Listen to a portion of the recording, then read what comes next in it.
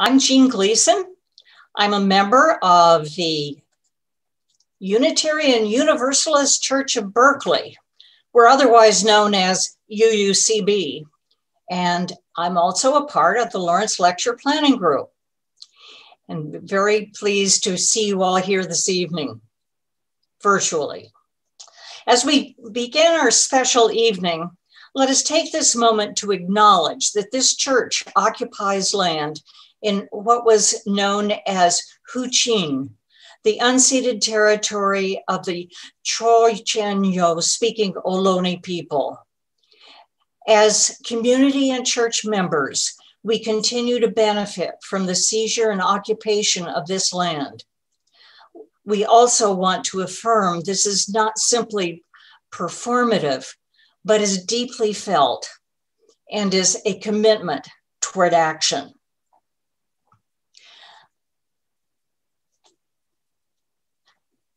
Thanks to a bequest from Mr. Lawrence Berger, the Lawrence Lecture Series was established as a public forum for inquiry into the nature and relevancy of religion, either institutionally, philosophically, or as an ethical force. In a world of accelerated technological and social change, as well as sharpening human crises and conflicting social values. Now, you will see that we are all muted during Reverend Lewis's talk, and that, we need to avoid those pesky, disturbing, ringing phones and barking dogs and background conversations. I'm sure you're familiar with all of that from our Zoom experiences. Please note that after Reverend Lewis speaks, we will take a short break, followed by an opportunity for your questions and comments. At any time, please type them into the Q&A. And after the break, Jason Russell, a member of the Lawrence Lecture Committee, will read them for Reverend Lewis's consideration and response. Now, it is my pleasure to introduce the Reverend Michelle Collins, the minister of UUCB. Thank you, Jean. I am really so delighted to be able to welcome you all to our Lawrence Lecture tonight. It is a long-standing event here at UUCB, and I am absolutely delighted tonight that we get to welcome the Reverend Dr. Jackie Lewis to our group, which is unusual that COVID has actually enabled us to do this, because Reverend Lewis lives in New York, but we're allowed to actually reach out coast to coast and across the world because of these even more connected times that we're in. And just a very special thank you to Reverend Lewis for being here at what is 9 p.m. your time. But I'm totally delighted to have you here. So a little bit about Reverend Lewis. She is the senior minister at Middle Collegiate Church, which is a 1,300-member congregation in New York City, founded in 1628 and the oldest continuous Protestant church in North America. She's an activist and a public theologian, I love that term, public theologian, and leads her welcoming, artistic, and multi-everything congregation, and I do mean multi-everything, to work for racial, gender, economic, LGBTQIA equality, and against gun violence, preaching love, God, neighbor, and self, and frankly, love, period. Reverend Lewis is the author of a couple of books, The Power of Stories, a guide for leaders in multiracial and multicultural congregations, and The 10 Essential Strategies to Grow a Multiracial, Multicultural Congregation, and they're both fabulous. And I'm so looking forward to her latest work, which will be coming out this year, Fierce Love, which is described as a manifesto for all generations, a Universalist's vision for mending our broken hearts and our fractured world. And as we are gathering together in this fractured world, I am so delighted to welcome the Reverend Dr. Jackie Lewis, who will be talking to us for about an hour or so and sharing her phenomenal wisdom. And during that time, feel free to just pop questions in the Q&A, because after that we'll have a little break, and then we'll be coming back to get to hear from Jackie some of our thoughts on that. So, Reverend Jackie, welcome. We're so glad you're here. Thank you.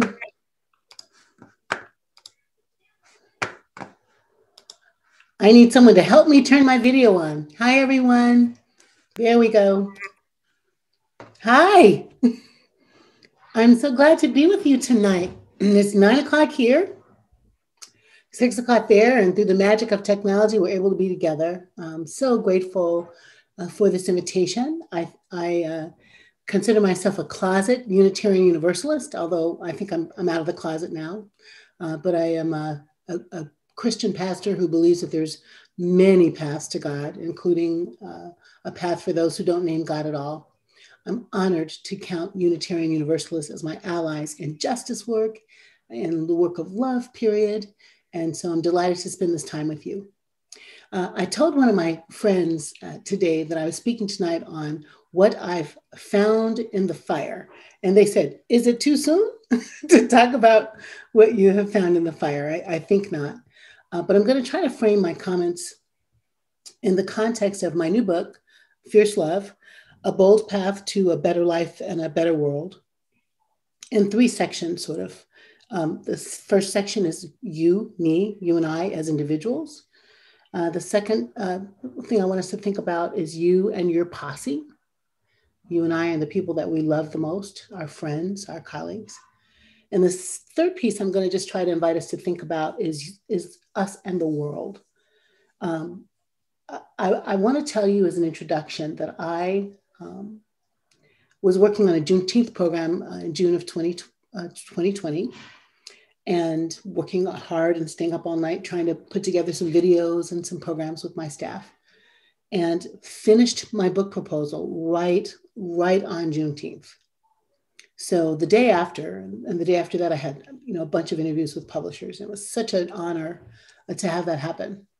But I got this offer to write this book from Harmony at Penguin Random House, and literally started writing in the middle of COVID, in the middle of the horrific health catastrophe that left Black and brown people, essential workers, poor workers, gig workers, in your system and in mine, desperate, destitute, jobless, unable to make ends meet, and losing loved ones. So the summer was just chaotic and difficult and sad, and pivoting from all things in person to digital everything. And then in December, my church burned down.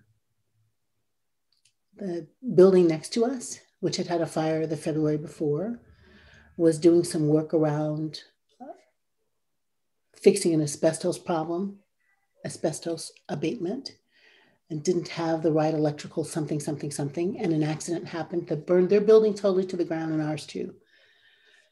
So at the beginning of the Christian season of Advent, I am, a pastor who's been worshiping in digital spaces since the March before, and now building less.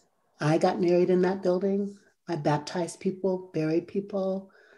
We did Pride. We did Black Lives Matter. We did feminist work, womanist work in that building. We laughed, cried, prayed, sing, activated revolutionary love in that building, and it was gone. On the way to the fire in a car, I was figuring out what am I supposed to say about this? What can I say to encourage these people who've lost this place? And place matters, right, friends? And it just came in my heart, the fire can't kill the love. The fire can't kill the fierce love. It can't kill the revolutionary love. And I found myself both bereft and hopeful at the same time. I found myself devastated and, no kidding, quite early on finding blessings in the fire. I found in the tragedy the most powerful proof text of what love can do. So that's what we're going to talk about tonight. Because you and I know my fire on December 5th wasn't the only fire. We've been on fire in these United States for 4 years in this administration. One can argue we've been on fire in these United States since its founding. We've been on fire since my ecclesiastical ancestors, the Dutch Reformed people, who are the same Dutch Reformed people who did apartheid as a theology in South Africa, that came here to Manhattan, to the hilly land, to trap furs with the indigenous people, the Lenape, on whose land my church stands. That these people, these Dutch people who didn't come for religious freedom, came for economic gain, came and bought the land for $27 worth of wampum, took the land from the people who thought they were sharing it, built the stone buildings, built my church that burned down on the backs of enslaved Africans. We've been on fire since our founding. We've been on fire since white Europeans staked out a claim and discovered a land that belonged to someone else. Took their children, put them in boarding schools, punished the indigenousness out of them, their language, their culture. Built this land into territories and states, struggled with other colonialist folks, other colonizers for who's got which territory, did that, and amassed wealth on the backs of stolen people, my people. We've been on fire since then. We've been on fire through the Revolutionary War, where disenfranchised people fought their oppressors for status and rights of self-determination, built the nation around laws or constitution that was inspired by the indigenous people, won the war, gave the Dutch Reformed Church a charter, the King of England did before they won the war, turned Manhattan into New Amsterdam, turned it into New York, built the nation on enslaved African labor, struggled with one another, compromised with one another about emancipating these enslaved folks,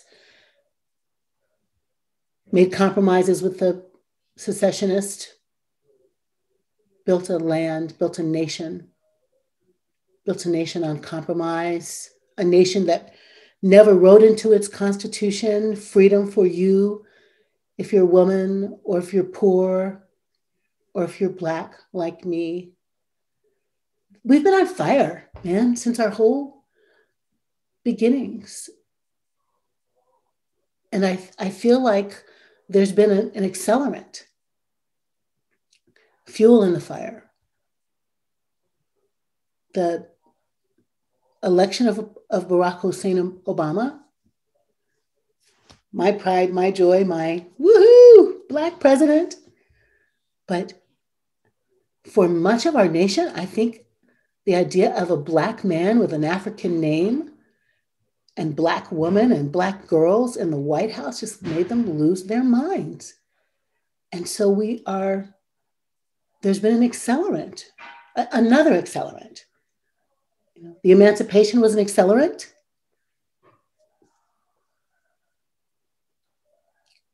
Causing the war, the Civil War,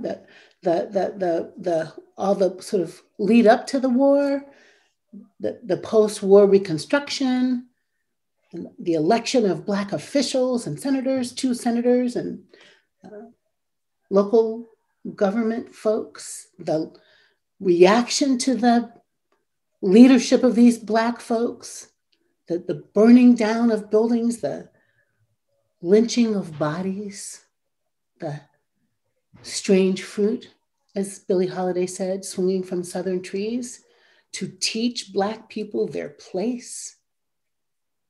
That kind of an accelerant.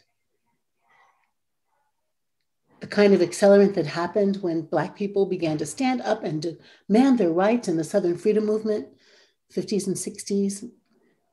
Leaders like Ella Baker and Dr. King and Medgar Evers, Malcolm X. The reaction to that accelerant. The leadership of Obama, whatever you think about his presidency, I think awesome, but that election lights up, if you will, the latent, polite, politic hatred lying not so dormant, but just undercover in so many places in our nation. Think about that boy going to Mother Emanuel and shooting those 9 people. How much that was like the folks who lynched Emmett Till for flirting with a white lady. Think about the folks marching in Charlottesville with tiki torches against the Jews, against the Blacks, and how much that was like those lynching parties. When the Klan rose up out of Christianity and nice white people took their children to watch the darkies be killed after church. I'm just saying, by the time you get to January 6th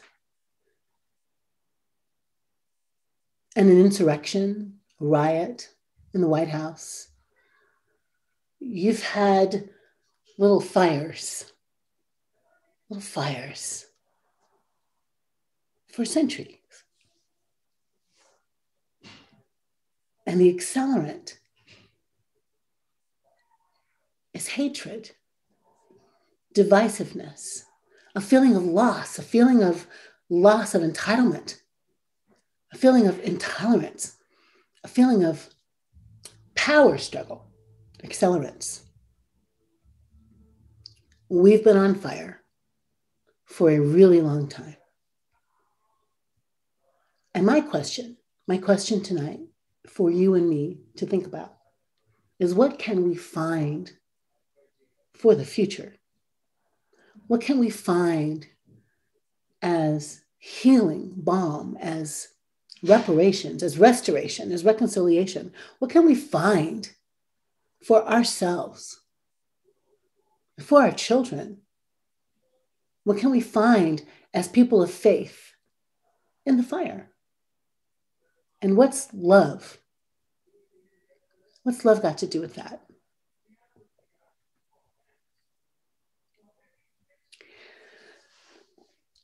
Okay, so I wish I could see you. If I could see if we're like having eye contact and it's making sense and it's landing with you, this case I'm making for a world on fire. It breaks my heart and kind of makes me angry when people say, this is not who we are, or we've never been here before. And I'm like, yes, we are this, and yes, we have been here. But we're not sentenced to this forever. So let's just take a minute and talk about the first piece of this thing to find in a fire. About you, friends, and about me. You know, all of the world's major religions say something about loving your neighbor as yourself. There are positive expressions of this. Love your neighbor. Love your neighbor as yourself. My Jewish friends will tell you that there's only one time in the Hebrew scriptures that says love your neighbor, and the rest of the times, that 63 or so times, are love the stranger because we were once strangers. But this idea of doing unto the other as you would have them do unto you. And the rabbis say, when you love the stranger, when you love your enemy, if your enemy's cattle wander into your yard,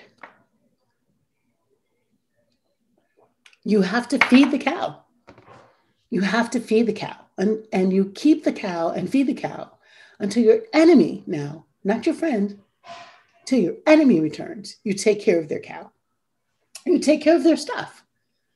And when they return, you give them back their stuff. You have fed their stuff. You've watered their stuff. You have not made prime rib out of their stuff. You give their cow back because it's their livelihood, because it's their stuff.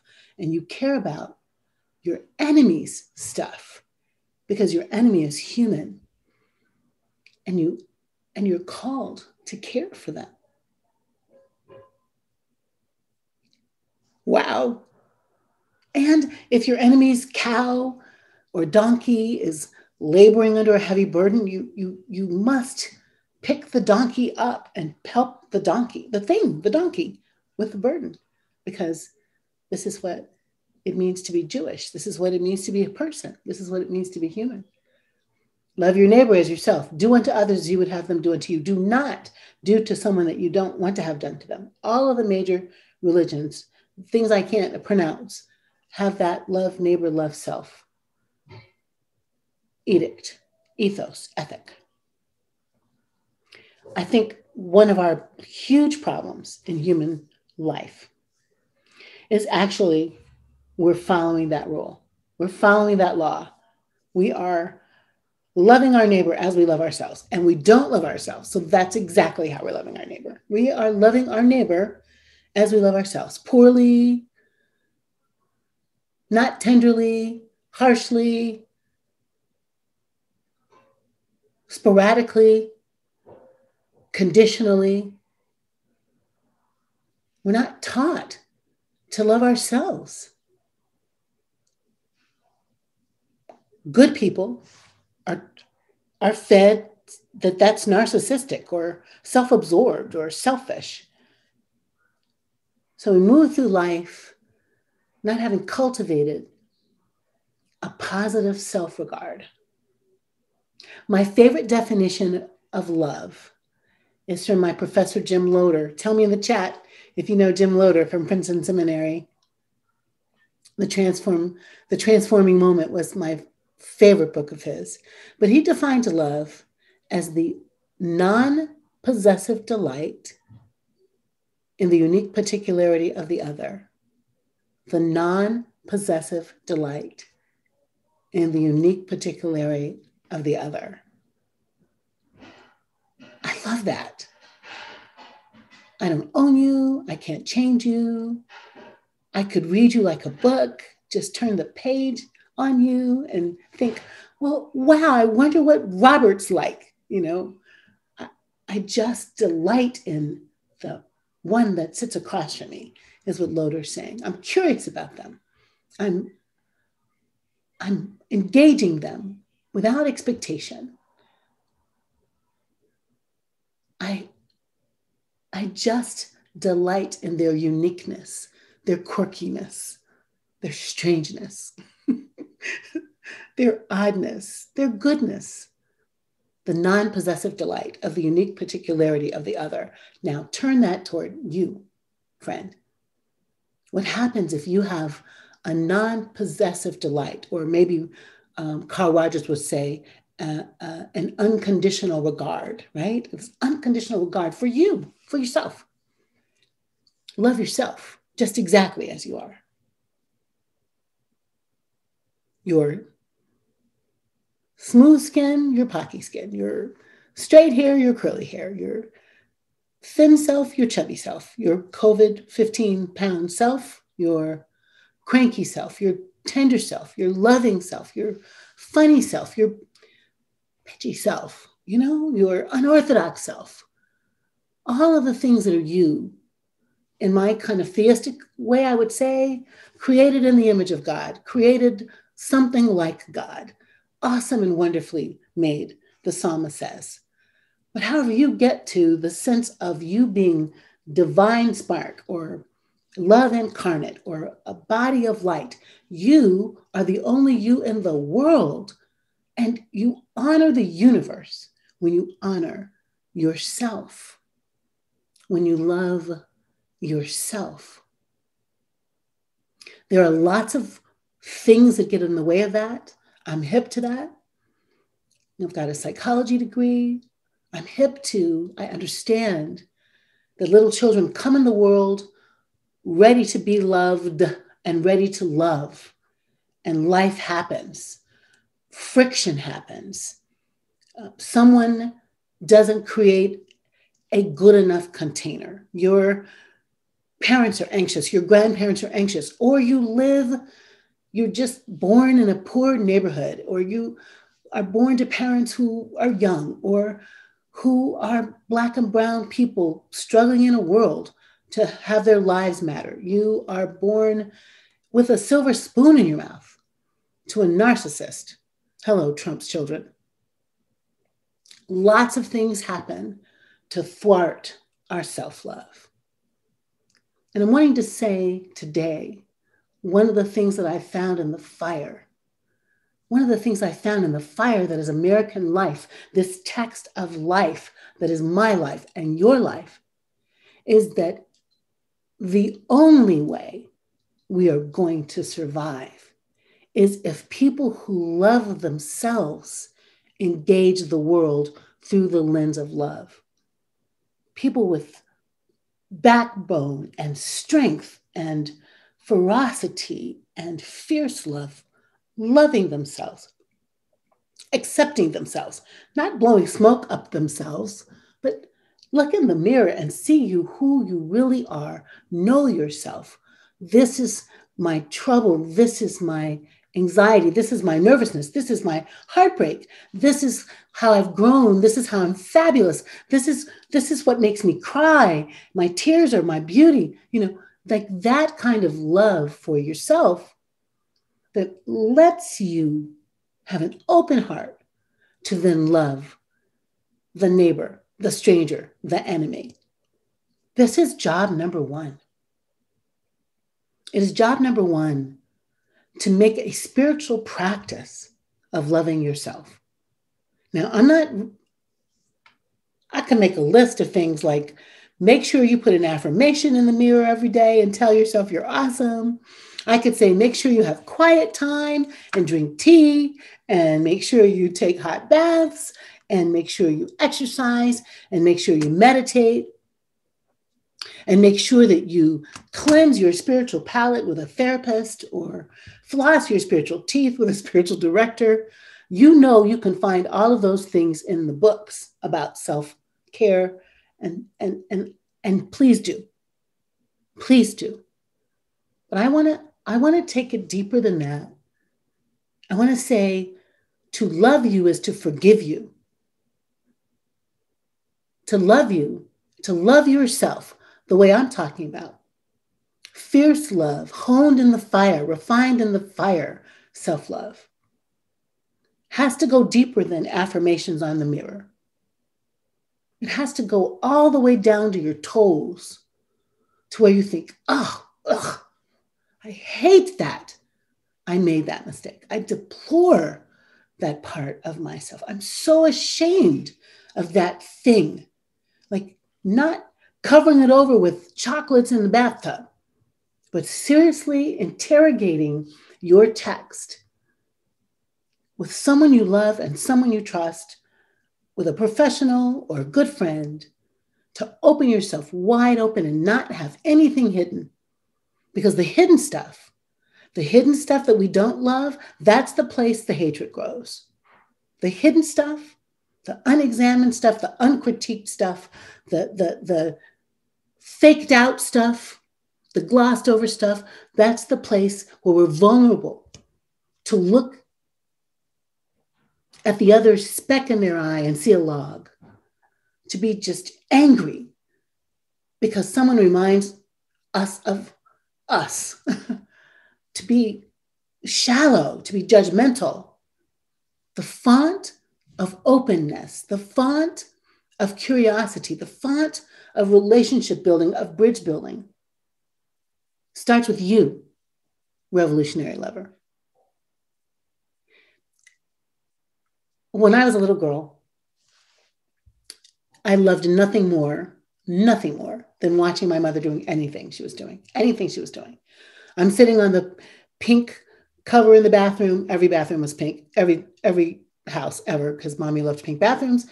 I'm watching her take that Dixie peach powder that's too light at first and blends in her skin. I'm smelling her winsong. I'm watching her fry chicken and get flour all over her hands. I'm watching her turn drippings into gravy. I'm watching her watch the world. I'm watching her watch Ed Sullivan. I'm watching her laugh. I'm watching her watch Walter Cronkite. I'm watching her watch Roger Mudd. I'm seeing the world through her. I'm seeing the world through her lens, through her hermeneutic.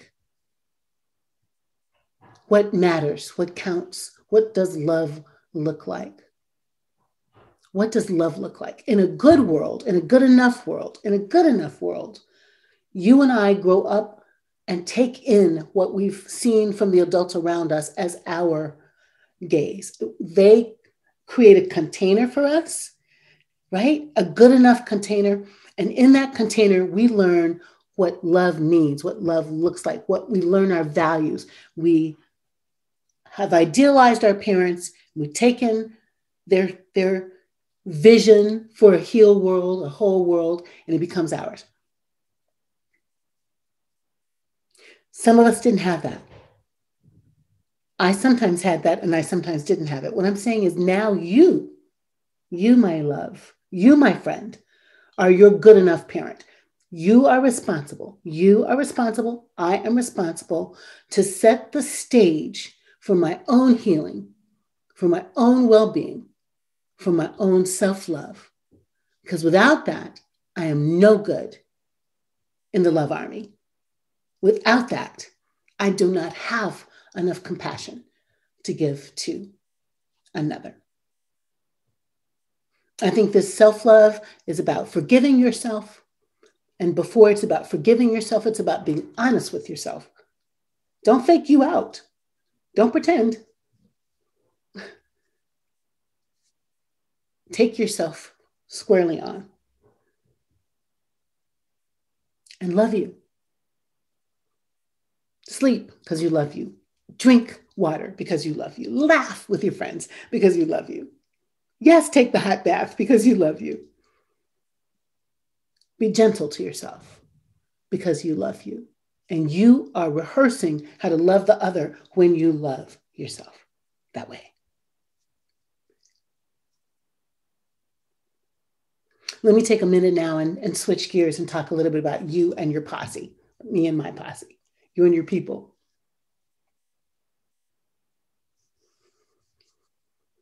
I'm thinking about Ubuntu right now. This wonderful South African, centuries-old philosophy that is difficult to translate, actually, from the Zulu to English. So you might hear it said, a person is a person through other people. That's really sort of the rawest translation. A person is a person through other people. I am who I am because you are who you are, or I am who I am because we are who we are. There's this sense that the individual identity is only real in community.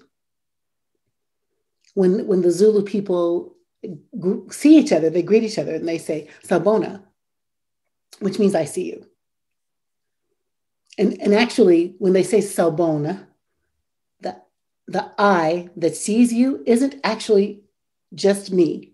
When I say Sawubona to you, my friend, the Zulu people would say, I mean, I see you, my mama sees you, my sweet mama Emma, who died 3.5 years ago sees you. My grandmother, my dear, who would have been 108 yesterday, she sees you. Her mother, her big mama, sees you. All of my ancestors see you.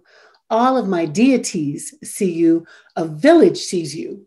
A whole community and a whole cosmology sees you when I see you. Even that Salbona word isn't an individual word. It's like me and my posse see you and your posse, your people, your ancestors, the ones who made you who you are, all seen. And when I see you, Salbona, when we see you, the response is Sikona with a click that I can't do. Kona, I don't know. Sikona, which means I exist, which is to say you're real in the relationship.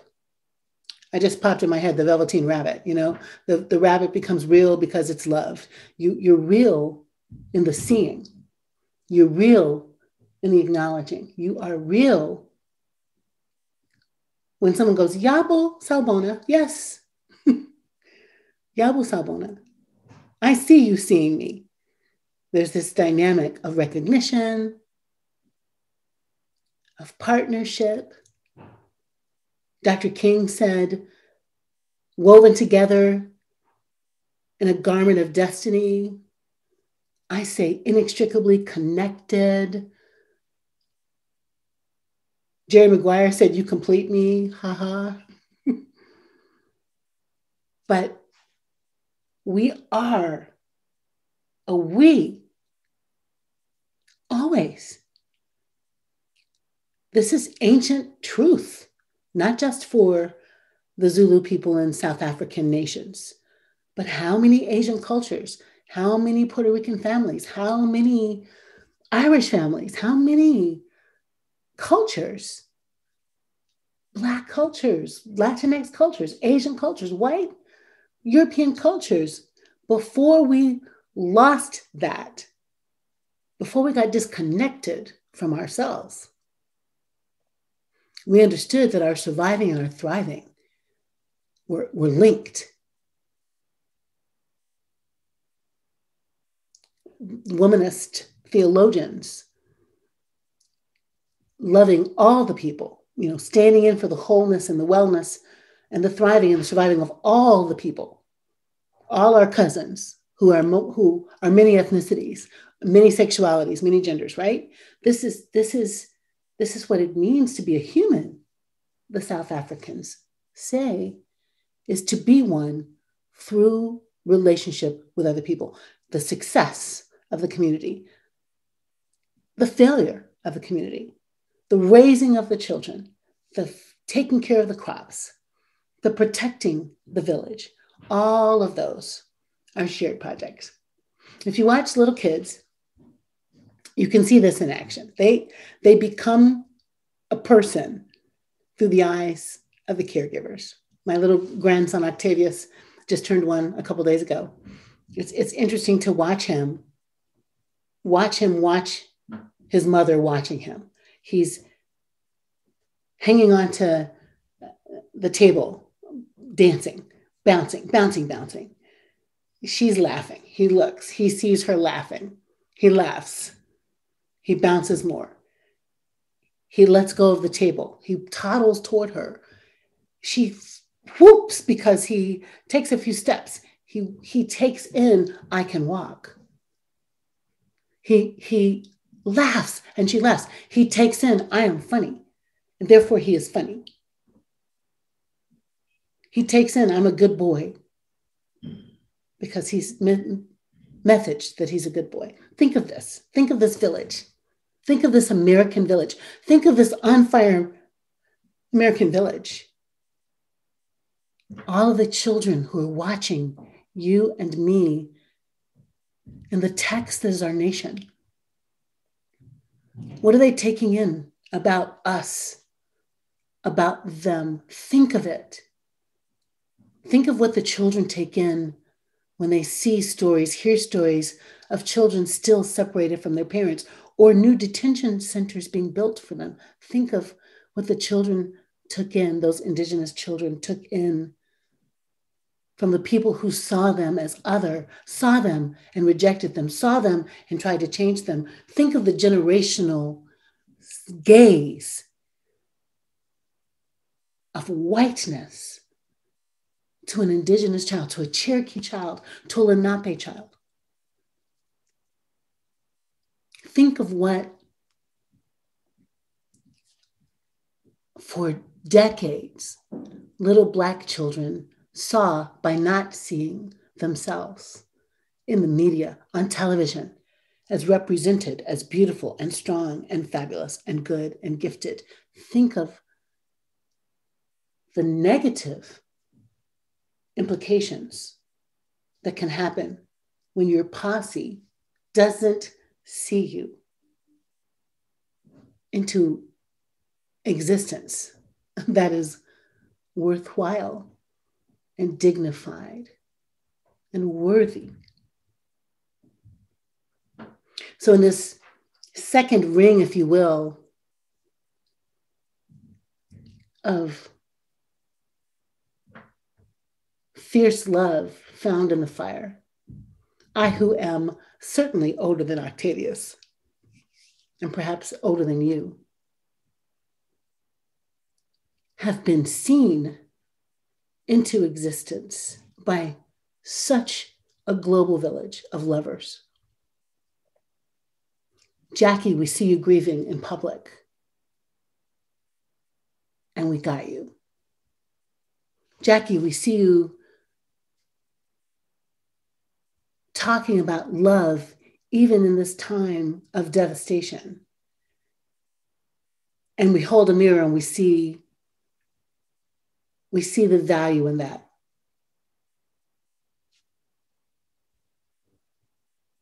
Jackie, we see you tired and you're not taking care of yourself. I have found, I who am strong and feisty and badass, have found that in my posse, in my colleagues, UUs and Sikhs and Buddhists and Baptists, Catholics, Muslims, Jews, my colleagues, the Auburn Tenure Fellows, my friends across the country, I find that in my posse, the more honest I am with myself and with them, the more love I receive. The more truth I put in the world, the more truth comes back, the more I engage the world authentically, troubled, angry, sad, resilient. The world gives that back. I'm talking about being a woman, a Black woman, a strong Black woman, a strong Black, smart woman who oftentimes in my life as a young adult, growing up, trying to figure out what success means, you tamp down yourself, you don't quite show yourself fully, you sidestep the tough stuff, right? So you get along, you go along. The fire has taught me that my posse can take it. My truth, my real, my funk, my good, my bad, my ugly. And it's a dynamic. I don't mean transaction, so I was stuck there. It's like projection and introduction. I put out there what it really is, and someone says back to me, yes, Sabona, Yabo Sabona, we see you, Jackie, being you. I see you. The posse sees you being you, and you get to be you. And then I get to give that back.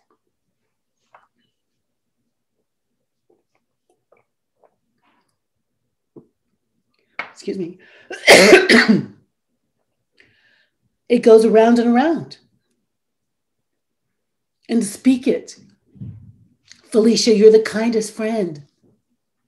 Paul, thank you for reading all my crazy pages. Girl, that hurt my feelings. That authentic community life full of love and honesty. Saying what you see, seeing what you say in the space of love creates a resilient kind of dynamic, a village of love that can do anything, that can organize movements, that can get folks elected, that can teach our children what love looks like.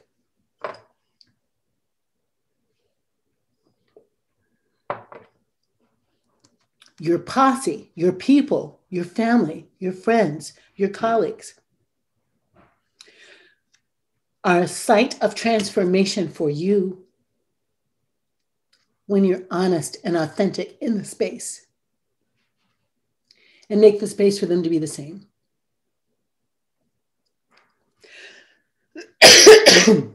Sorry. Allergic. Let me take us for a few minutes to this third place, then about the world. I'm always inclined when I'm talking to folks to make a list of all the things. And lately I tire of rehearsing the things. You know the things. You know about the sites of terror that are police stations for Black trans women, that are classrooms for not quite out gay children, that are hospitals where our people are dying, lovers, partners, children, nurses, doctors, grocery store workers, bodega managers, dying. The seats of power, the places and congregations where preachers and teachers just use religion as a weapon. You know the things. And the things are not just about our nation, they're about the world. They're about the world. But here's what I'm finding. Here's what I'm finding in these fiery times.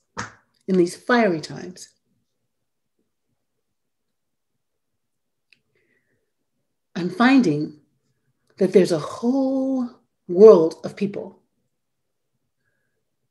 who believe more in love than anything else.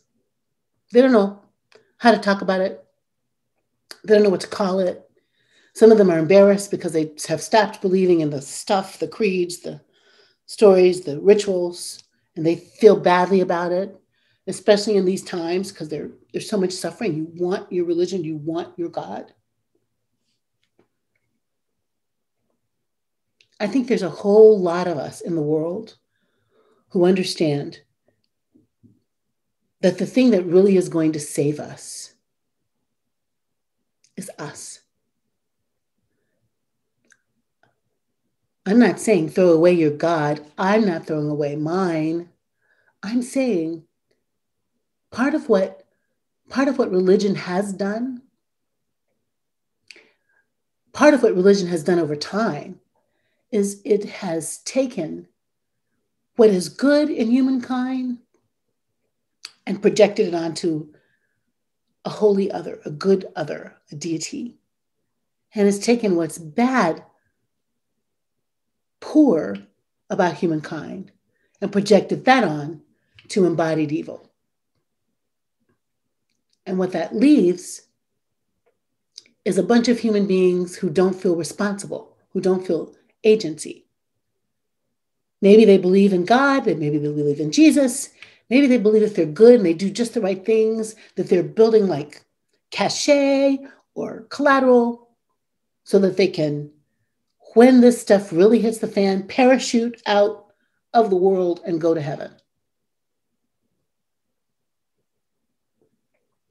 Or maybe, like a man who used to come to my office and see me gay, Black, beautiful, never could believe that God loved him because he was gay. I come to church because I love the music, but I know I'm going to hell. Maybe there's a whole nother group of people who just don't believe that there's any reason to imagine that they're going to make it, survive, get through, have a decent life. Those people are already in hell in a way, right?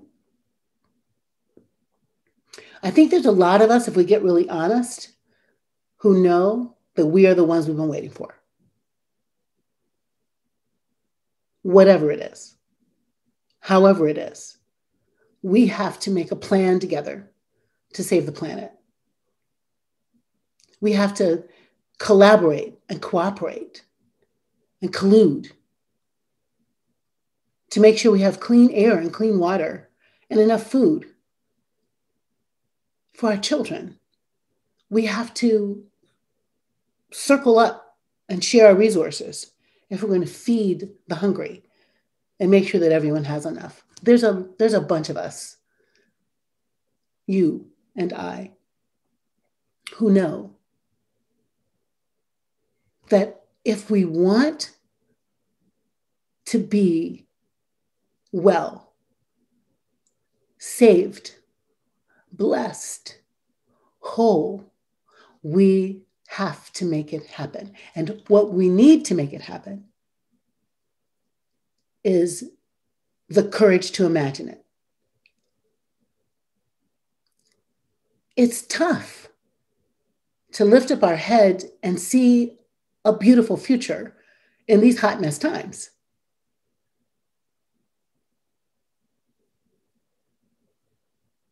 As my building was smoldering, as smoke was rising, as little fires were still ignited in the ashes and the burnt wood and the fallen brick that used to be a sanctuary. Some of the people in my church were standing and crying, weeping, sad.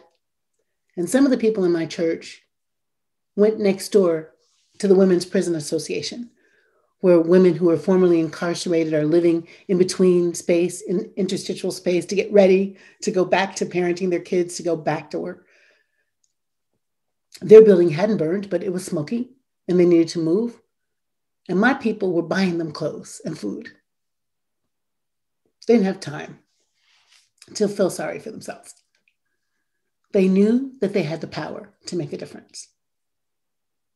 How can I say, from Bendigo, Australia, to New Zealand, to China, to Paris, to Perry Street, so many people have felt agency to make a difference in the life of Middle Church.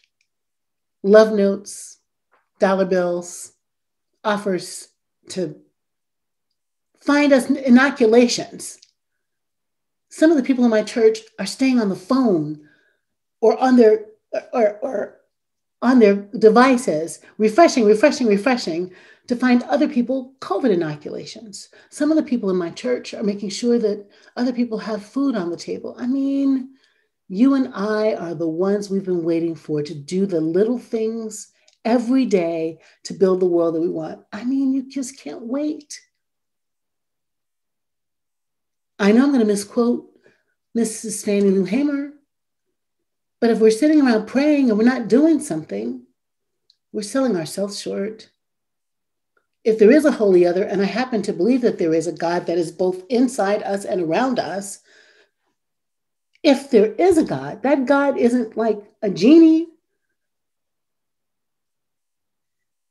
waiting for us to rub a bottle and then suddenly good things are happening.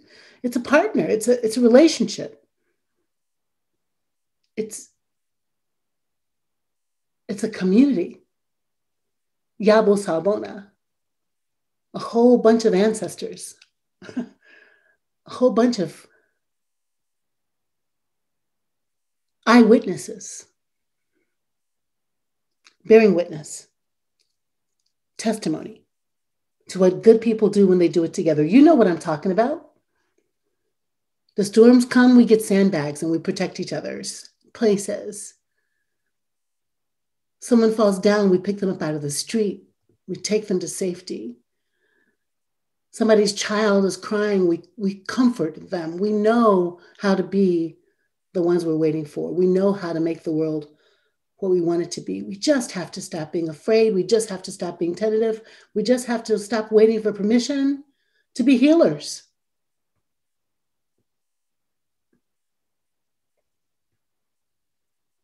There's so much goodness inside of each of us.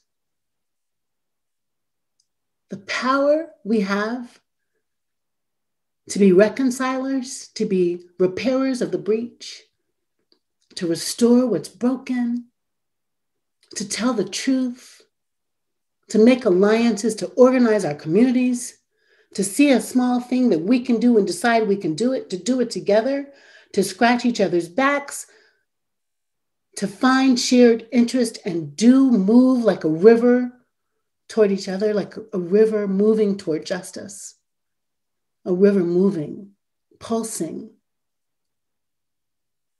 clearing the way, making a way. Each of us a drop in the water, each of us connected, individual, but strong and powerful enough to change our circumstances. I'm finding in the fire incredible generosity, incredible camaraderie, shared grief at anti-Black racism. The willingness, 6,000 people came through Middle Church over the summer and into the fall to learn how to be anti-racist. All the anti-racist books sold out of all of the bookstores because people were outraged about George Floyd and Ahmaud Arbery and Breonna Taylor. Finally, you can say finally, maybe not soon enough, but yet outraged and appalled and ready to do something about it.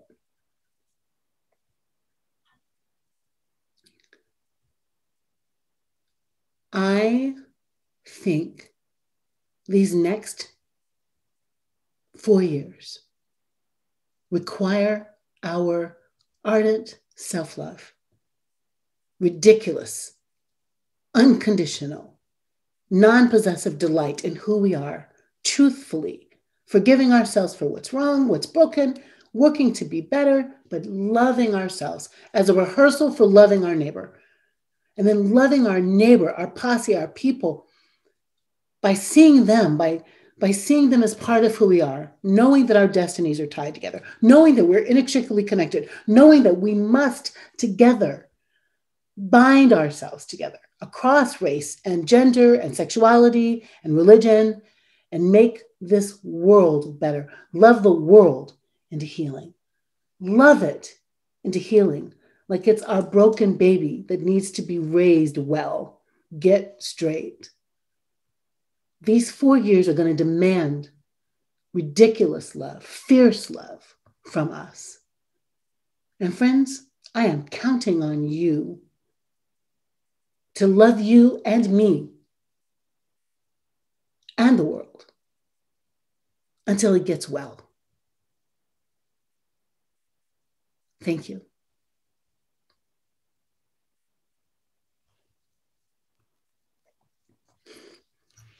Thank you so much. Oh my God. Jackie. And I so wish we could be in person right now so that, because I am just imagining that folks are just like me, so completely with you and yes, and go. And I'm writing down all of these things and I'm trying to convey what it is so hard to convey in our distant, digitally connected world. And I still have tears going from hearing about your church members who went next door while their own beloved building was burning, went next door to take care of others. Yes, they did.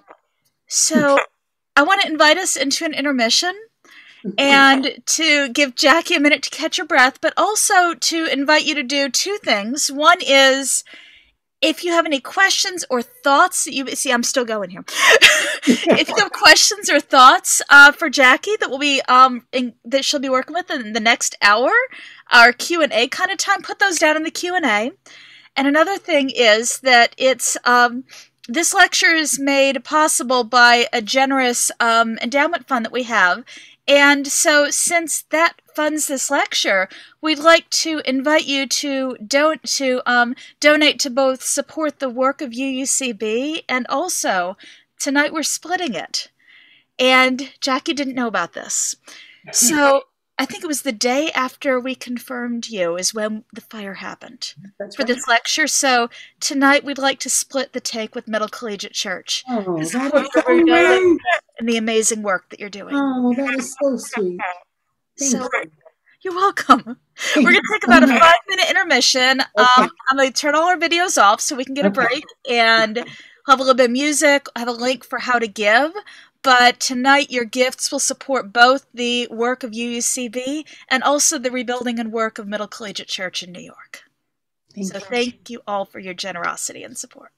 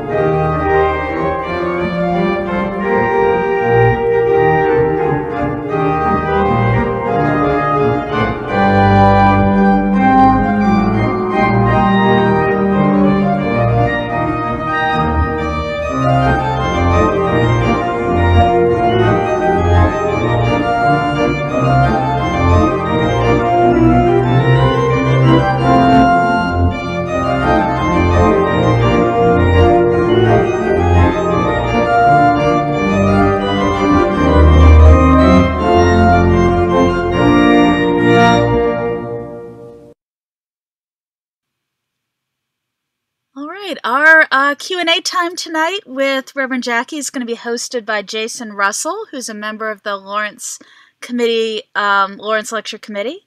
So Jason, I don't know if you're ready and want to turn your video on, because I am guessing that folks are hopefully hopping with some questions. We've got one question's coming through the Q&A. Please put some questions there. We've got other questions getting sent to Jason. So Jason, are you ready for us? And Jackie, it looks like you're back. Awesome. Hi, Jason.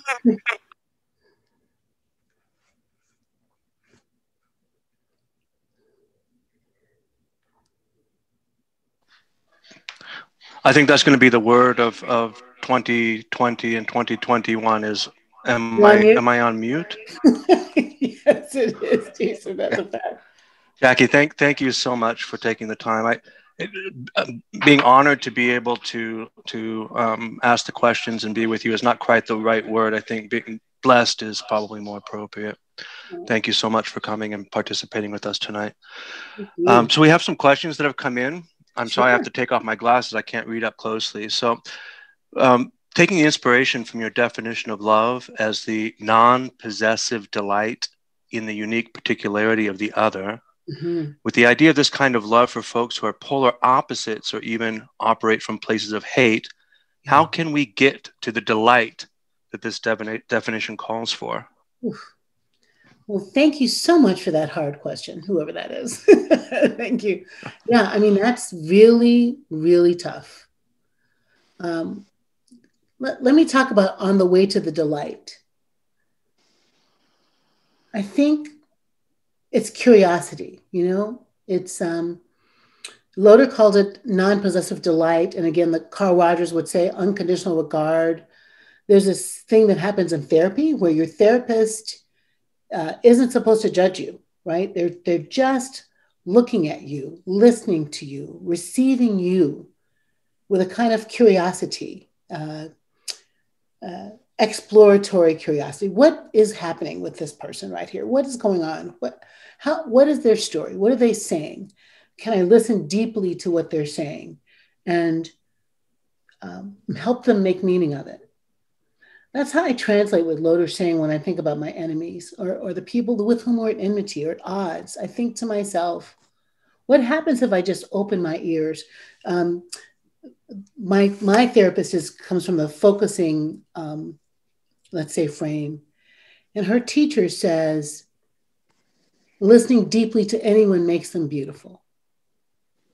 So it's this sense of can I be curious about what it is that's going on inside? Even the person that broke into the Capitol and stabbed somebody with a flagpole. What is that about? What makes that happen? And if I'm curious about that, if I interrogate that, if I interrogate them, I can come to understand them. And maybe love feels like a stretch, maybe delight feels like a stretch, but certainly there won't be any reconciliation or healing if we don't have an openness to their point of view. I'm not a fake girl, so I'm not going to say like I love the people who, crush Black people at the neck. That's hard. But I am curious about it. I'm curious about what did a little boy learn when he was in his father's home that makes him grow up to put a hood on somebody when they're in custody, right? You see what I'm saying? So I think that's where we start. We start with an exploration that might lead to a conversation, that might lead to empathy, that might lead to understanding, might lead to love, might lead to delight. But I think that's the trajectory. Well, you've answered our next question with that one as well. Ray, thank you for putting that question in about how is it possible that an African American could love the man who killed George Floyd? Yeah. I think, the word love has so many different meanings in other languages, or different words for love. So it's not eros, right? It's not philia. It's not erotic. It's not friendship. But can it be agape? Can it be compassion? Can we aspire to love the humanity, even of the most terrible person, if for no other reason? And then again, this is a theist kind of statement, so forgive me, guys. But if for no other reason, then that person also is human. That person is also a part of the human family. Can I have a kind of lack of hatred? I'm going to be honest to say it might only be that. The hatred erodes your soul, erodes my soul. Can I get to a place of not hatred so I can try to understand, Is it possible to forgive someone who is not seeking it? Oh, sure. Or who doesn't even know that they need to be forgiven for something? I think so. I mean, look, I don't want to, I'm not going, yay, forgive, but people do. It happens. I'm thinking about the young man who got shot in his apartment eating ice cream by a woman police officer in the wrong room. And his brother was at the trial of the police officer telling her, I forgive you. That might be beyond me, frankly, as a person, but it isn't beyond persons, is it? It isn't beyond humanity to forgive the worst thing. It isn't beyond the nine souls killed in Mother Emanuel. You know, absolutely people forgive people without it being asked, without it being 70 times 7, without anyone saying, I'm sorry. Those are laws we make up to give ourselves out. When you decide to clean the slate with somebody, I'm a survivor of childhood, sexual abuse. And I wasn't raped by my abuser, but it really scarred me. It is still a founding story. But I absolutely have forgiven that person. Absolutely, I have forgiven him. And I'm in relationship with him, having forgiven him. I'm not like, woohoo, look at me. I'm just saying we can do that. We can do that. We have another interesting question coming in from someone who's preferred to remain anonymous. Okay. And they write in that they try to imagine a non-possessive God. And to have a non-possessive God is worth our devotion. But that is not what most of us were taught. That's right. What are the ways that the collegiate tells a new story to communicate the principles of Christianity without that possessiveness? They say that they know the arts are central to that, but how do you encourage love like that in the community? Thank you so much for that question. These are all great questions. I mean, I think I really be honest to anonymous friend. I just outgrew this other God that served a purpose in my life, right? It served a purpose in my life as a young person, as a child, as a young adult, even to feel like God did possess me. That God's love of me was jealous, and possessive and demanding. And like it helped me like straighten up and fly right, right? You have a parent who teaches you discipline, who teaches, this is what you do that's good, this is what you do that's bad. There's consequences for bad. You learn to do the good. That absolutely is part, I think, of human development. But I think what also happens and maybe the best of circumstances in a family is the children stop having to be told what's right by the parents. The children take in and they know for themselves. I need to get home on time so I can get up in the morning and go to work. I do not want to drink too much because I'm going to die, right? You don't need the outside person law to tell you what's good. You know what's good. And that's an evolution, I think, in the human spirit. And I think that's what we've done at Middle Church, is to try to say, there is this God who loves you so much that she wants the best for you. And so your response to love is to love. Your response to the love is to be whole, good, generous, kind, honest, right? Don't steal. Your response is the love, not because you fear you're going to get a spanking or because you fear you're going to go to hell. You love because you've been loved. That love calls you into love, more love. That to me is a lifelong relationship with that kind of love.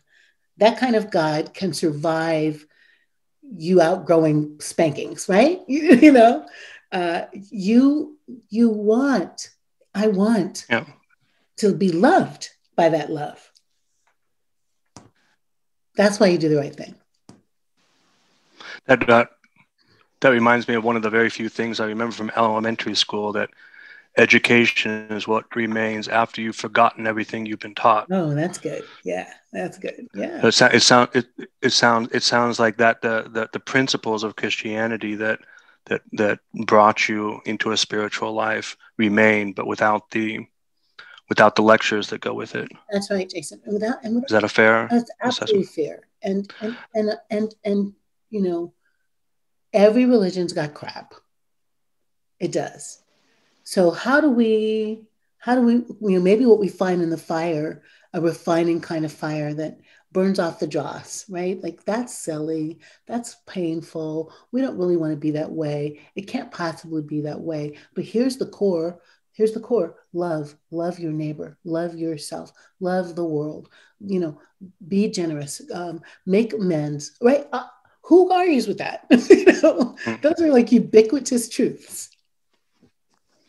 We have something coming in from Candy Capogrossi, who first of all thanks you and says that your loving presence is a balm, and I think that all of us would agree with that. Candy is struggling with the fact that human nature arises to the call, but the sustainability lags. And she uses as an example what was happening in Texas when the power went out and people were cold and huddling without food and without water, and they gathered. But the homeless people are cold and without food often and are forgotten. How do we sustain ourselves and others for the long haul? Tell me her first name again. Candy? Candy. Yeah. Candy, when I say you and I are the ones we've been waiting for, that's what I mean. I mean, you know that needs to be different. So how do we organize that? Like, how do you pull together friends who do the lessons from Texas? I'm just making something up right now, but the lessons from Texas, and you figure out what worked well in which community. My godson lives in Dallas and had to make a microclimate in his house, a tent and the blankets and all that kind of stuff. What do we learn? What could your community do then because of what you learned? Can you adopt a shelter? Can you adopt some seniors? Can you make a phone chain in your church so that the next time something happens, everybody gets a phone call? Can you do an economic study about the hardest hit neighborhood and help, and turn some middle class folks onto that? I mean, the thing that happened that went well has something to teach that community for the everyday. What you're saying is in the crisis, we rise up and be our best selves. And I'm saying, yeah, so what do you operationalize from the crisis? You, Candy, you can do that. You can do that with you and your 5 friends, where you debrief, share the grief of the fact that the poor people are poor, and see if there's a program to develop in partnership with a church or a community center. You have agency, Lonnie, mostly, she writes in, coming back to the idea of forgiveness, that you mentioned the need to forgive ourselves and to sit with a friend or professional and go through and forgive ourselves. And she has 2 questions coming from that reflection. First, how do you define or explain what is forgiveness? And second, there's a history sometimes with forgiveness that it becomes almost an excuse, like a get out of jail free card. How do you hold on to the forgiveness and the harm? Yeah, that's really good. That's good. Let me first answer the first part with, in the prayer in the Christian scriptures where Jesus teaches his disciples this really revolutionary prayer, the Lord's Prayer. Forgive us our trespasses, or forgive us our debts, or forgive us our sins, depending on how you translate it. But really, it actually, the Greek word there is more about debt. And part of the reason the prayer is radical is it's actually talking about like Jubilee or ready pardoning student debt. It's like that, right? It's like, let that go. But the idea of having a clean ledger, that we're erasing the ledger. Forgive us our debts, because you could go to jail for debt, and you could get killed for debt, and you could become enslaved for debt, because the person who holds it over you holds rights. So this idea of just having a clean slate, in marriage counseling, sometimes we would tell people, don't keep long accounts. Today, Jason and I are a couple. Jason makes me mad. He apologizes. I let it go. But if tomorrow I'm like, Jason, remember yesterday? Remember 5 days ago? He never gets to be free from my anger, from my hurt. That forgiveness is like, I'm giving you a fresh chance. And I say that's for you as much as for the person who hurt you. Because do you really want to drag all that crap around on your life? It's heavy, it's painful, it's crazy, right? Like, let it go, So that's for us. It's a spiritual gift of like letting go.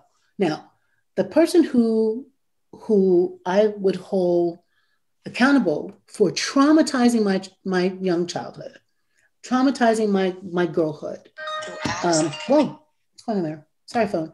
I write in my book, before my womanhood knew she could flower, just shut it down by making me feel ashamed and yucky and horrible. Horrible. I am never going to forget that happened. Never. I will never forget that happened. I wish I could, but I can't.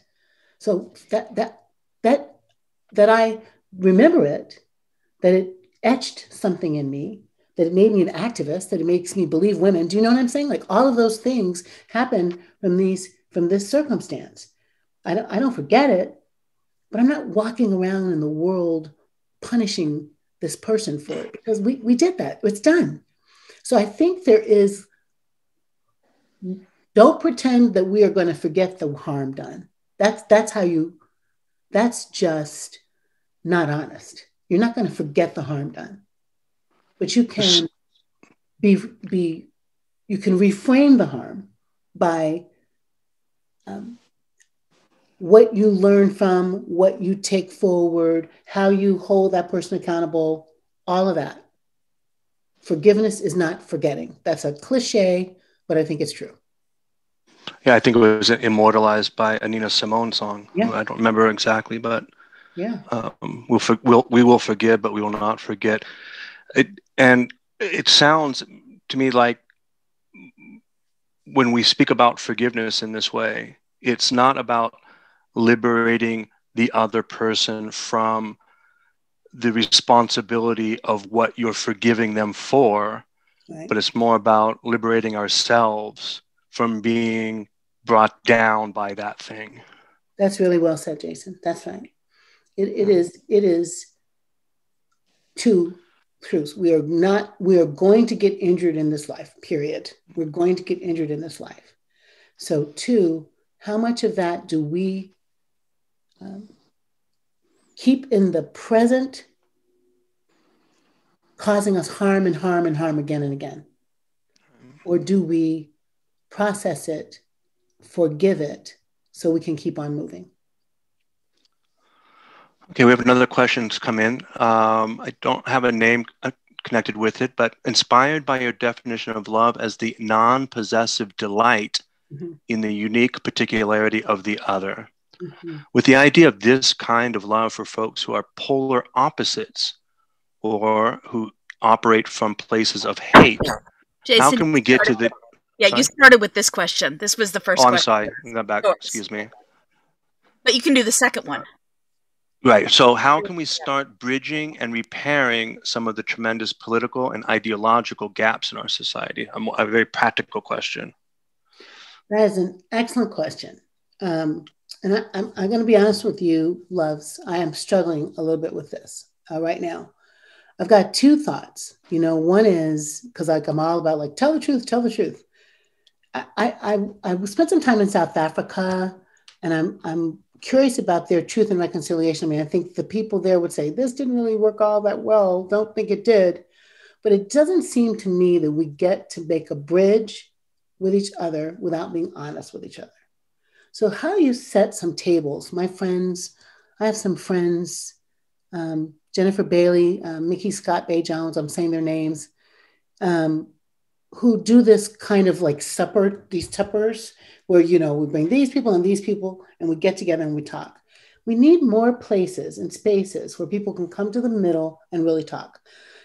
It can't be 100 people at once because you just can't. But if 5 people and 5 people or 3 people and 3 people could make small groups where we can say, look, let me tell you what is happening for me, really, with some norms so nobody hurts each other. Maybe we can get to some healing and some truth telling and some reconciliation. But the bridge building that is, quite honestly, guys, oh my God, that was an insurrection. And, we forgot that already. And is so harmful. And at that level, we all can say, yep, that's harmful. But it's also harmful at a micro level. I'm going to just make Jason my friend again for a second. Jason, I really just blew Jason off. And I didn't return his calls in his time of need. And I just didn't show up, right? So when I show up, if I don't acknowledge that I hurt him, everything else we're doing is fake. You got to be able to say, I know I hurt you and I'm sorry. Or I know you're hurting and I feel badly. The nation is on fire with pain. Those white people who feel like they've lost their power, they can't send their kids to college, they lost their jobs, those Rust Belt people, they are hurting.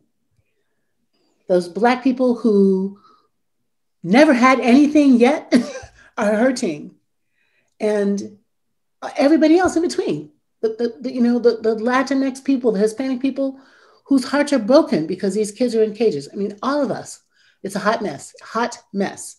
So we can't just go skipping together. We have to say, I see the hot mess and I see how it has hurt you. I see the particular way the hot mess has hurt you. Let's talk about that. There's something we can share around the places where we're all hurting. And maybe that's the beginning of something that could reconcile us, is my feeling. Okay, we have a couple of questions that are sort of bringing things down to a more personal, interpersonal level. Okay. Again, from Anonymous, so I don't know if it's the same Anonymous or not. I guess that's the beauty of being anonymous. Who writes, I have an uncle whose truth is the alternative truth. And I think we all know what that means. Yeah. And he won't change his position, but I have to deal with him, and he has made my extended family's life unbearable. What's the best way to deal with someone whose, quote, truth, air quote, is not in line with everyone else's, but he won't budge? Yeah. Well, darling, anonymous darling, you got a couple choices, right? If you see uncle only twice a year at Thanksgiving and Christmas, maybe you decide, for the sake of peace and turkey, you're just gonna try to avoid the conversations where his truth make you want to throw up. But if he's someone that you're in a regular relationship with and you have to encounter often, I think the hardest, best thing is when you get to say, I really, really, really disagree with you. And we all do. We just do. And we think you're wrong. I think you're wrong. And I can be here with you at this dinner table if you know I think you're wrong, and we don't have to talk about it. But I'm going to be honest with you. Now, listen, I'm saying that don't think I'm thinking that's easy. It's not. But it is so freeing. My dad, I'll tell my dad's story. Please, Daddy, please don't be mad. My dad, we lost my mom. My dad is a certain kind of old Black man who just says stuff. You're like, why are you talking? But he just says things. And all of our lives, all of us, we'll get together and go, Daddy, why is he so mean? Well, when my mom died and he came to visit me and I'm taking care of him, making pie and cooking and all the things, and he's just mean. He just kind of thinks he's funny and he's being mean. I said to him at, a certain age, I was 50 something. And I said, Daddy, you know what? I'm old, but still your daughter. And I really respect you. I really, really do. But let me tell you, you're in my house right now. And when you're mean to me, it breaks my heart. You think you're funny. I think it's painful. I think I'm hot and fabulous and amazing. And I know you do too. So don't be mean to me, because if you're mean to me, I promise you, you will not be coming to visit again. Now, it took me 50 years to get to be that bold with my dad, but I did it. And he is never mean to me anymore, ever, never. If it starts smelling like it's going toward mean, I go, Dad, and he goes, I know. I mean, why did it take 50 years? Because it did. But also, I don't do that anymore. The gift from my dad was, if you can tell your dad what the boundaries are, you can tell anybody. I do not play around with what hurts anymore. My mom died. Life is short. Don't mess with me. You know what I mean? Don't mess with me. Don't mess with my people. Just don't. So the truth, sorry guys, the truth is a non-negotiable. Your truth. So your uncle's truth, good on him. Your truth is you find it offensive. Why can't you tell him that? All y'all together. If you can, he'll be better. Did I actually? I'm so sorry. Oh my God, I'm so embarrassed. Okay. Okay, we're all friends here. So you touched on a very important point about boundaries, but another anonymous wants to throw in the question of trust. Can you forgive someone whom you don't trust? I mean, I think so. My friend Claudia says, I love this when she says this. She goes, "This is what I mean by trust." I'm going to just keep using you, Jason, because it's fun to say your name. Here's what trust means. Okay. I know Jason is going to be Jason tomorrow. That's trust. I trust that Jason is going to be Jason, right? I can trust that Jason is going to be honest because I know he is. I can trust that he's going to be kind and careful because he is. But if it's Bob and I'm trusting Bob, and I can trust Bob to be a butthead if that's who he is. That's what trust is. People are going to be who they are. Now, just who they are, the reason you forgive them? Absolutely not. You forgive them because of who you are. And you don't forgive them and stay in the bad relationship. You don't forgive them and let them hurt you. You don't forgive them and take their crap. You don't.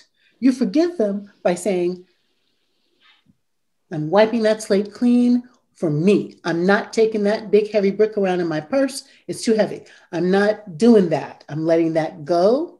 You don't have to get back with them when you forgive them. You don't have to go to lunch with them when you forgive them. You don't have to stay with them when you forgive them.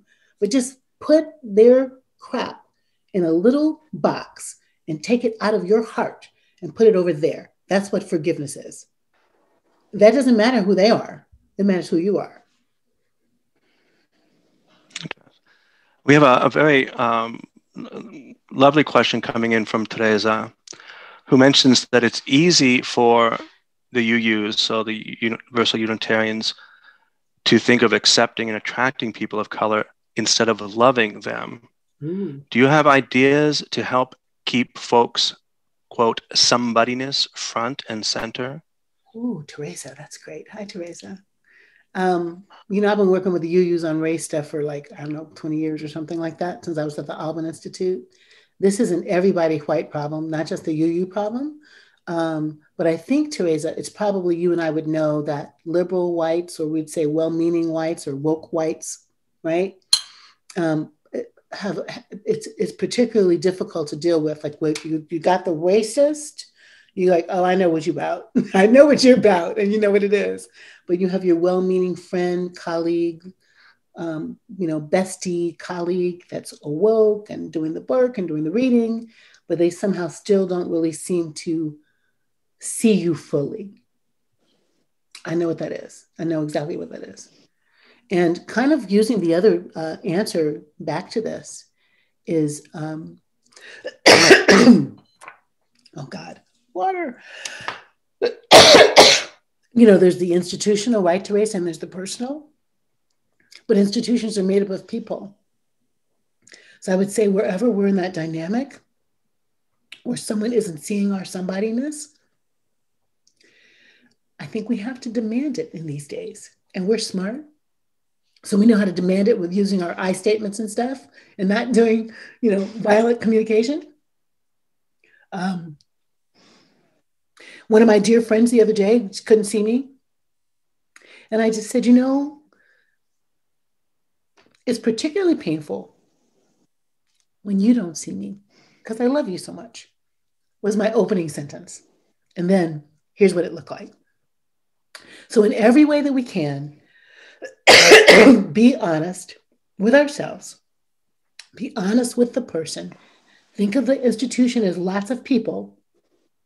Take a person to lunch, take a person to dinner, take a person in the boardroom, and try to ask for what you need. Because the only way we change that someone sees us and our somebodyness, is because we remember that we're somebody enough to demand it. John, can you bring me water? That's what you do when you're on Zoom. Okay.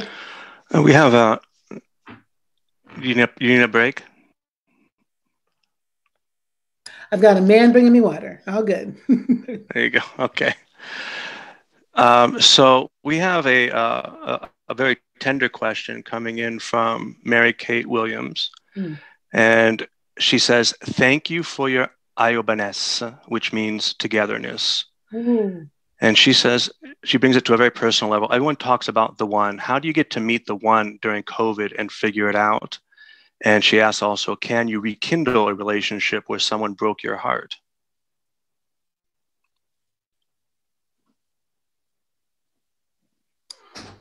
How do you get to meet the one during COVID? Well, I don't know. I mean, I think people are doing the dating sites. Let's say the dating sites are doing commercials. Let me say that. I see that. But maybe the best way to meet somebody during COVID is to let your posse know that you want to meet somebody, like to let your friends broker some relationships. I had some girlfriends who'll do like, we're going to throw a party and you bring two people that are not attached and you bring two people that are not attached. And then there's 6 people in a party and nobody's attached and we see what happens. I think that the best way to meet somebody that you want to love is to have people who love you and know you help you. That's old fashioned. But a lot of people meet their lovers and their beloved because their mamas or their aunties, their TTs or their friends say, you and John would be good together. And then they hook you up. So I would think about that. How can you set yourself up with a dynamic with friends who'll help you find somebody and throw you like a Zoom party, a bunch of y'all all together. Can you rekindle? Nice. Of course you can rekindle. I think these times, loves, are tender. Your question's tender and these times are tender, right? We're vulnerable. We feel lonely. We feel afraid. We feel fat, yucky. We feel like we haven't had our hair done or our toes done or all those things. And they make us want to connect with somebody. And whoever your old boo used to be or old bae used to be, they know you. And so if you're curious about it, invite them to a Zoom glass of wine or a cup of coffee and just see what it feels like. I mean, it's safe to do it on the Zoom. You can always hang up. You don't have to get in a cab. So I think follow your heart. And go slow. Follow your heart. We can extend that your answer into the next question, which is about building more community in this challenging time. The question comes from the pool. You talk about our posse as a site of transformation for us when we are vulnerable and honest with them.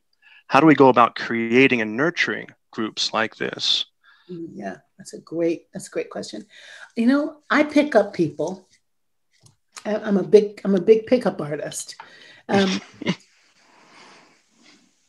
There's something about intention, love, and we didn't learn this growing up. I don't think we did, especially women. We didn't learn that we're responsible to give ourselves a posse. Now we have them. Lots of us have them. I have some clergy girlfriends. It's called sister girls, the sister clergy girls. On a text chain, I'm praying for you. I'm thinking of you. How's your baby? Oh my God, you got ordained. All that. But no matter how old you are, no matter where you live, you can decide to draw unto yourself some people for yourself. You could say to yourself, I am really drawn to, Bertha at work and, Tom at the coffee shop and whatever it is, and throw yourself a little party. Throw yourself it's been a year COVID party, or decide that you are going to watch the Black Church PBS special, or you're going to watch Bridgerton. What's that show? That, by the way, God, he's hot. Let's invite him to the party. But you could decide to watch a thing together and have a talk. You can make a book group. Let's read Eddie Glaude and whatever. Isabel Wilkerson. What do you love to do? Invite a couple of people to do it with you and feel to yourself, you get to do that. You're responsible to do that, to make connections for you. And the only thing that's required for that is that first brave invite. Just step out a little bit, because you deserve to have a joyful group of people to love on you, for sure.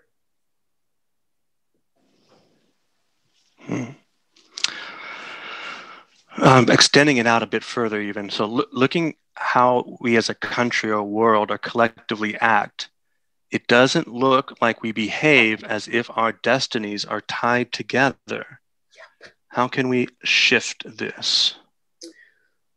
First of all, these questions, this is like write the next book questions. These are great questions. These are great questions.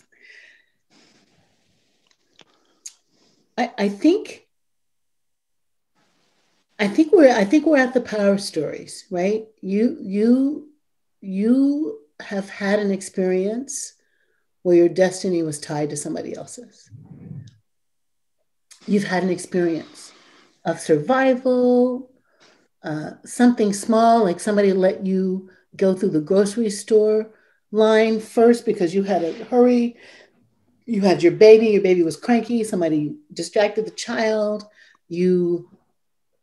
your partner fell down on the sidewalk and hurt, their knee, and right, and somebody came along, you know them, and you see them. If it's not you, I see the girl on the bicycle.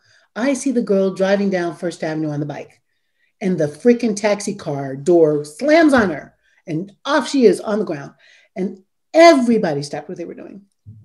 Everybody stopped what they were doing. People got out of their cars. People walked across the street. She was surrounded by strangers in New York. Someone's calling the emergency room, but I'm going with it. I'm going with her up to Mount Sinai. I mean, people show up. You know that. Whatever those stories are, where you know it, this is what we need to cultivate. We need to remind each other of that. When we get into the Twitter space or the MySpace space or the Facebook or the whatever, Instagram, what happens if one day you post, did you see some love today? Did you see somebody taking care of somebody today? And just remind the world of these stories. These stories of like incredibly ordinary, heroic people who will just drop everything to love on somebody. When I was 21, I was driving across the QEW on the way from Rochester, New York to Louisville, Kentucky with my boyfriend.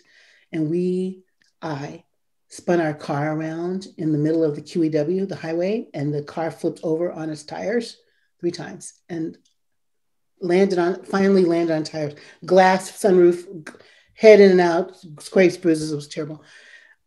They kept Mike in the hospital. I had no money, college kid, car's total.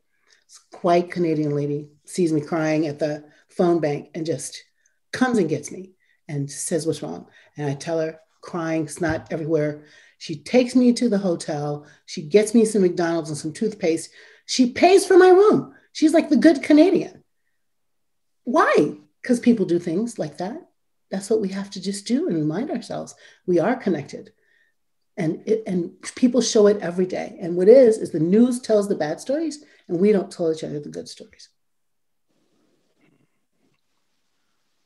I have strong feelings about that good story stuff. We should tell them. Bill Brown writes in, thank you, Bill, for sharing this question. He says, I love your point about building community. One of the biggest issues we found is that we invite people and they flake on us, and it's hard. It's hard to extend the hand, the offer again. Yeah. Or it makes it hard to invite other people. What do you suggest we do? Bill, I can feel that. I want to just kind of hold that feeling of rejection with you, right? That's just like, especially when you already feel all the things we feel, isolated and tender and vulnerable. But whoever came is the one to invite the next time. And I don't know who you live with. I don't know what your immediate circle is, but you can set up some parties for just y'all, like game night or goofy night or dress up night. I mean, you can delight in each other no matter how small the group is, to just remind yourselves that you're resilient and fun, get your old Twister game out, play Pictionary, hell, play strip poker, but play, laugh, and you're beautiful, right, Bill? I mean, the thing when someone rejects us, we're like, oh, what's wrong? But you're beautiful because you're you. And so play with the ones who'll come, is what I'm saying. And if the ones who come are the ones that are right already in the house, just enjoy that and take pleasure in that.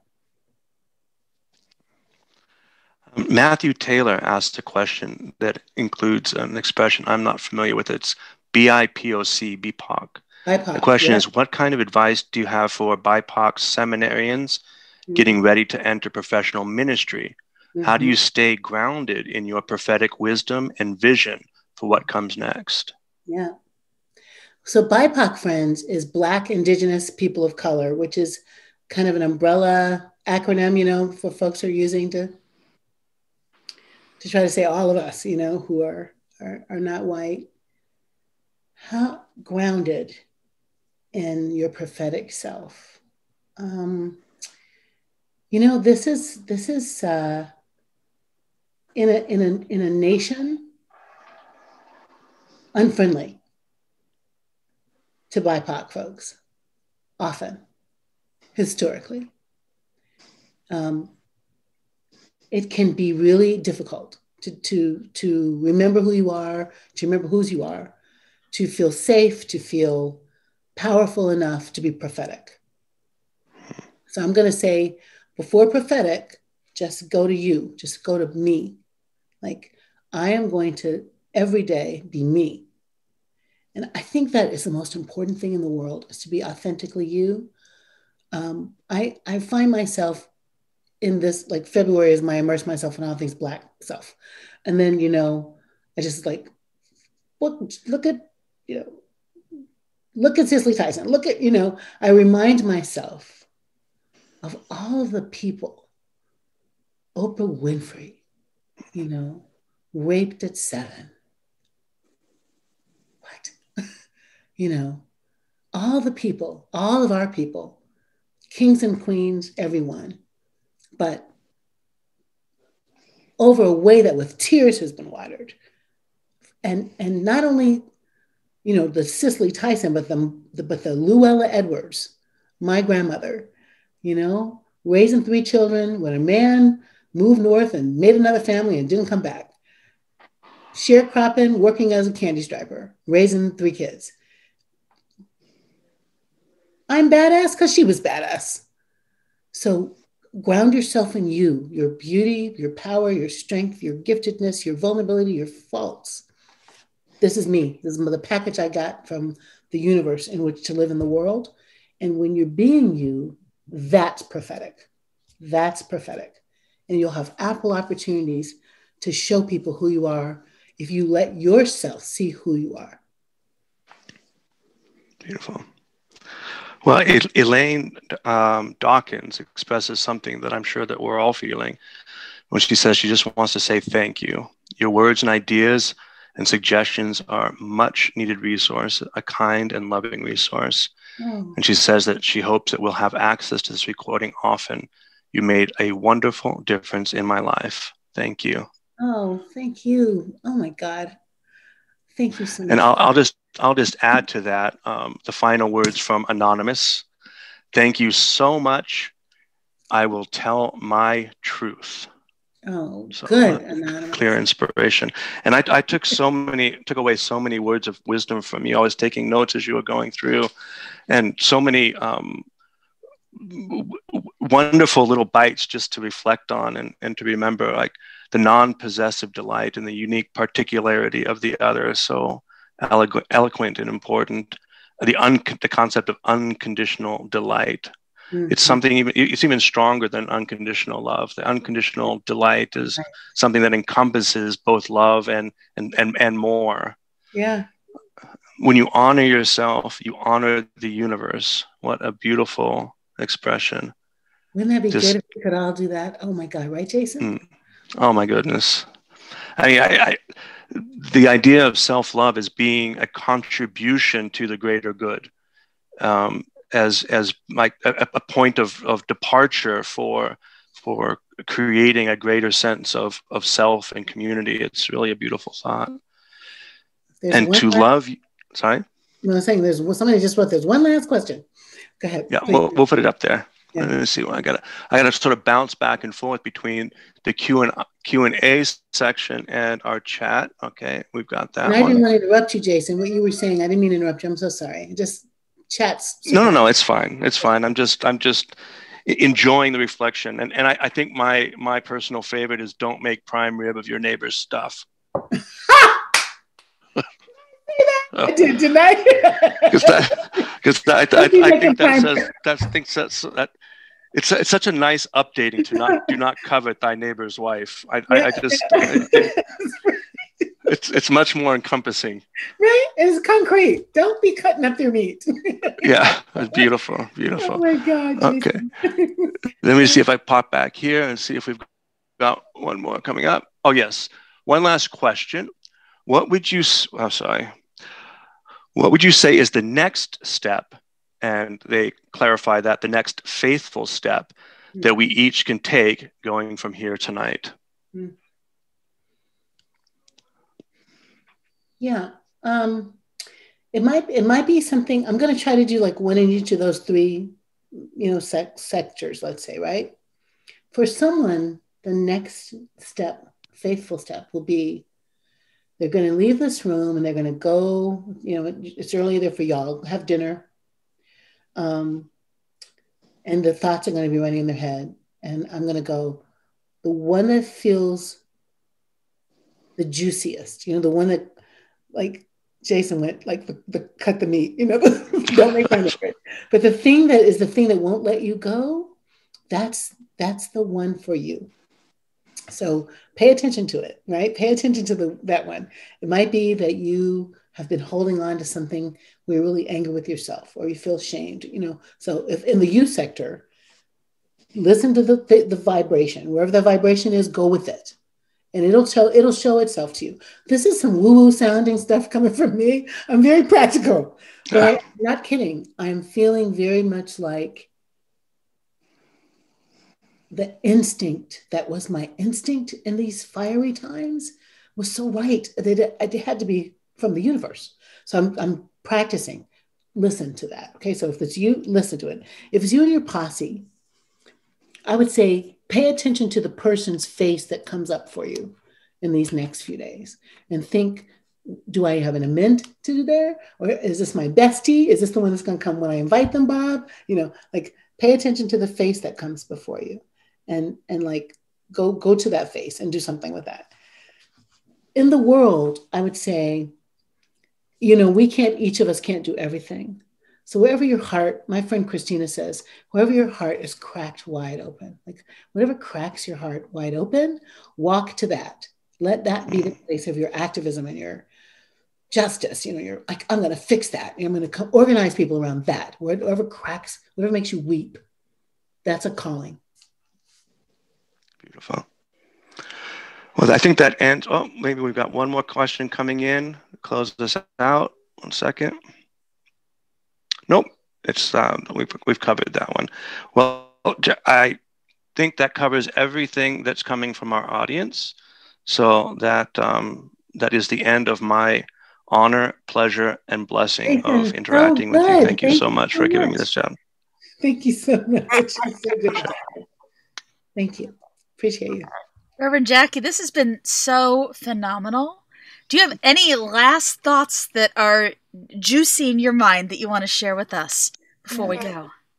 What's your last juicy thought tonight? Thank you for that, love. I feel kind of, first of all, I just want to say thank you. Like, I don't think anybody thinks, well, darn, I get to start a lecture, at 9:00. And it's going to be so much fun. But it was so wonderful to be with you all tonight. I mean that so much. So thank you for inviting me.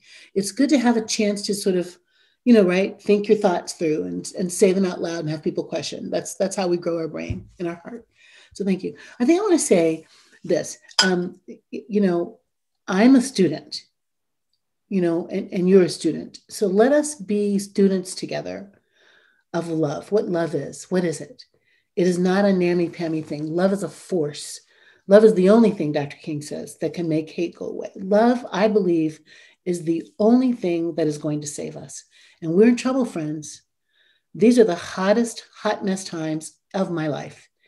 And if we don't love on each other, we are going to go to hell. Just right here. This is it. This is hell. So I'm inviting you to do your work around loving yourself as like really the first defense and the first offense, like the first move on the chessboard. I am going to love me, and let that love be a fount of love then for my neighbor, for my friends, my family, even my enemies. I'm going to try to understand them. Tactically, it's a good thing to understand our enemies and see if we can make it better, right? And the world is calling you to the place where your heart is cracked wide open. That is the place for you to go and do the work. In the practical place, if you're curious about more of this, I'm at middlechurch.org. Every year we offer the Revolutionary Love Conference. It's our 15th conference. Can you believe it? 15 years. April 15 to 18 is on the website at revolutionaryloveconference.com. So many good people from across race and gender and religion and stuff are coming. You come if you can. We made it really cheap. It's $75, so please come. And my book is coming out in November, Fierce Love. So buy it and tell me what you think and stay in touch. Follow me on the things at Reverend Jackie Lewis. Let's stay in touch. Okay. Thank you so much. And for folks who want to watch this talk again and share it with others and others, because your thoughts have been so amazing tonight, it'll be on UUCB's website. It'll also be on our YouTube channel, so you can find it there. And I hope that we can go forward challenging each other in our studentry of love. That's beautiful, Jackie. Thank you so much. You going to send me a link to this, or do I need to? We'll send you a link. Don't worry. Thank you. Peace, everybody, and so much love to you. So much love. Thank you, everyone, for coming, and may you have a blessed week. Thanks. Bye.